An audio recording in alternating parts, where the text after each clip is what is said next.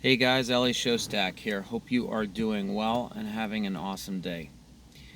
I wanted to discuss with you how your mind creates stories and how those stories often prevent you from being in and maintaining a healthy love relationship.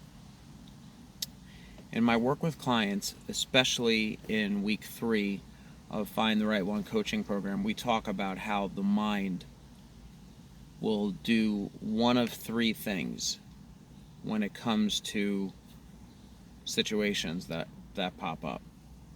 Okay? And we're going to talk about one specifically, which is called judging. So the mind will create stories about facts that happen to you, and those stories will sometimes make you very nervous about the relationship that you're in. So let me give you an example to make this clear so that you understand how to not only recognize when your mind is creating something, but also to be able to get out of that situation quickly so that you can determine from a healthy perspective if in fact this is a factual thing that you're dealing with or a story that your mind is creating and what you're responding to. So let me give you an example that is not relationship based, but how the mind creates a story. So you're walking on a road and you fall into a pile of mud and your pants get all dirty. Now, one of 2 things usually happen. First, you curse. All right, oh crap, I can't believe I just stepped into this pile of mud. Fine, very normal. And then your mind will be either very upset at the situation. Man, they don't take care of these streets here. This is horrible. It's a horrible neighborhood that I'm walking in. It's a horrible state. It's a horrible country. They should be taking care of these streets, and there shouldn't be any of these muddy situations. I'm going to call my congressman, my congresswoman, my congressperson. I'm going to call the mayor, and I'm going to make sure that they fix all these streets. And then the second way that your mind could react to the muddy situation is by saying, I am a klutz. I am such a moron. I am not careful. Every single time I get into these situations, I will go ahead and I'll walk, and I'm just not careful. I'm not a careful person. I am a klutz. I am a klutz. Okay? Now, both of those situations are not helping you with your present moment. Both of your stories that you're creating about the situation are not helping you with the situation. What's the fact? You were walking and you stepped into mud. And then that's it. You go about your life. You could either clean your pants or try to, wipe them off with your hands, or it's just man or woman stepping into mud. And that's all that's going on. All these other things about getting the police involved or you are such an idiot for stepping into the mud are stories generated by your head, which is what we're usually doing throughout the day, and it winds up making you feel very, very upset, either at the world or yourself, both of which are not helpful. Now, let's talk about a situation with a relationship so that you can see how your mind does 2 things. Number 1, it creates a story. And number 2, it makes you very nervous about the relationship. And number 3, this whole process is actually antithetical to getting you into and maintaining a healthy relationship. So here's the example that I work on with clients all the time because it's extremely normal for all of us to have fears. So you've just begun to date someone, and you went out on one date. It was phenomenal, fantastic. Okay, your heart rate goes up thinking about it. Your mind is playing. This was awesome. I connected with this person in a deep way, and I really think that this relationship or date or human being has potential for me to be with. Okay. Now, your mind goes into protection mode. Why? Because change, which is what you could potentially go through by being with this person, the mind doesn't like change. The mind likes stability. It likes knowing exactly what's going to happen when it's supposed to happen in your brain, and it doesn't do well with the unknown. But as we all know, life is all about the unknown. We have no clue what's going to happen in the very next moment, but our brains seem to think that it does. We know what's going to happen. We know exactly what's supposed to happen. Okay? So, you go on that date. It's awesome. And then you don't hear from the person for one day. No texts and no correspondence. No email, no nothing. Your mind begins to do one of two things. It starts to be very afraid that you're not going to continue with this person. So you create a story of, you see, Ellie, you went on this date. I'm using myself as an example. You see, Ellie, you went on this date and you have no clue what it means to be in a healthy relationship, and you have no clue because you thought it was good, and now the person hasn't called you back in a day, so obviously you have no idea what you're doing, okay? And you're a screw up when it comes to relationships. So, because nothing's worked out for you in the past, see, again, it's not working out again. So I build up the story of how I'm bad. All right. My mind could go there.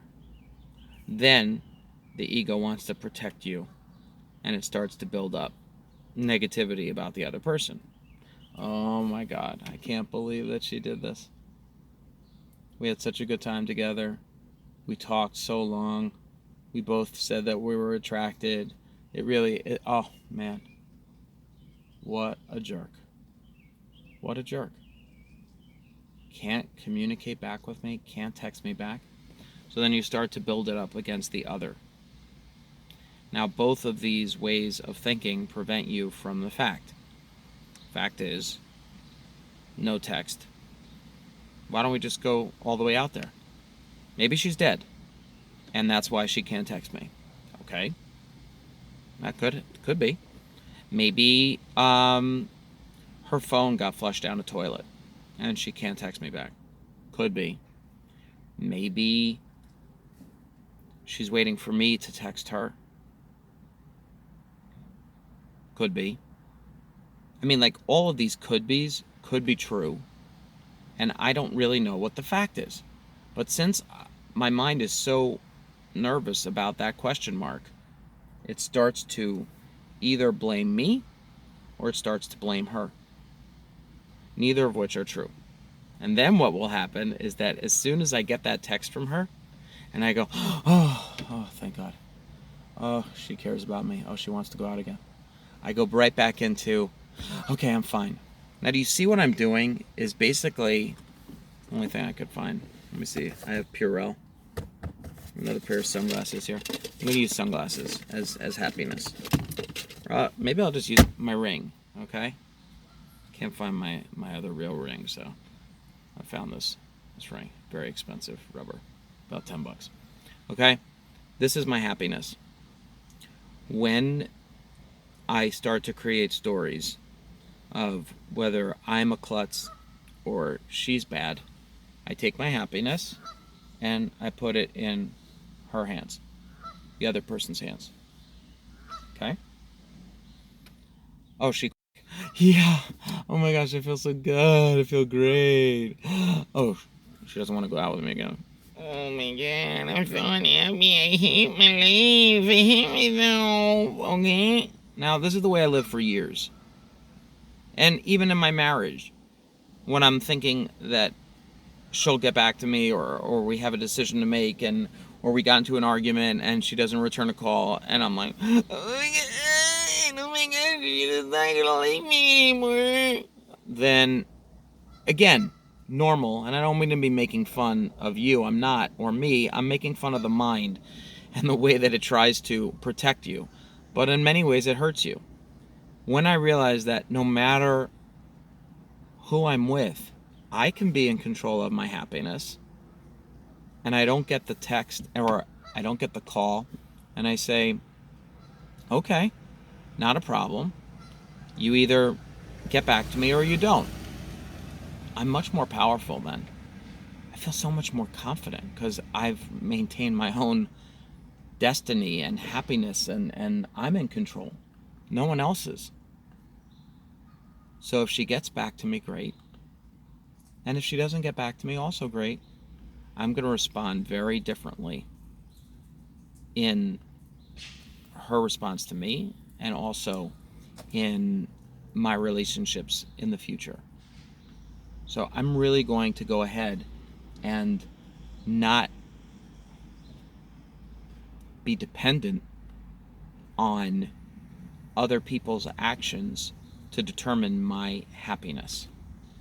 So being aware that the mind creates stories about situations, specifically in relationships, because we usually view the other as the one who's going to provide me with happiness, can actually really mess you up emotionally, mentally, and physically, because it's all connected, and can really prevent you from being in a wonderful relationship and also maintaining it, because you're going to be aware that your mind creates stories. It's normal for it to do that. You take a step back, you take a deep breath, say, okay, there's my mind going ahead again with the story about the relationship. That's not true. None of that is true. I don't know for it to be a fact. And therefore, I'm going to go ahead and just be. We're called human beings. We're not called human doings, human actings. We're called human beings. I'm just going to be. And what comes my way, I will deal with it at the moment that it comes to me. And this has taken a long time for me to be able to live like this mentally and emotionally, because it's extremely normal for people to get nervous and insecure about the other, especially when we have been taught that the other is there to complete us and is there to make us happy. So if you found this video enjoyable and you've learned something from it, click like, leave a comment, share it with your friends who you feel would benefit from it.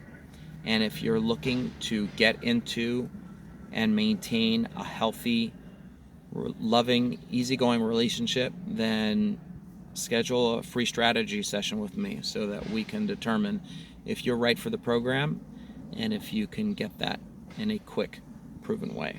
Hope all is well. Have a great day.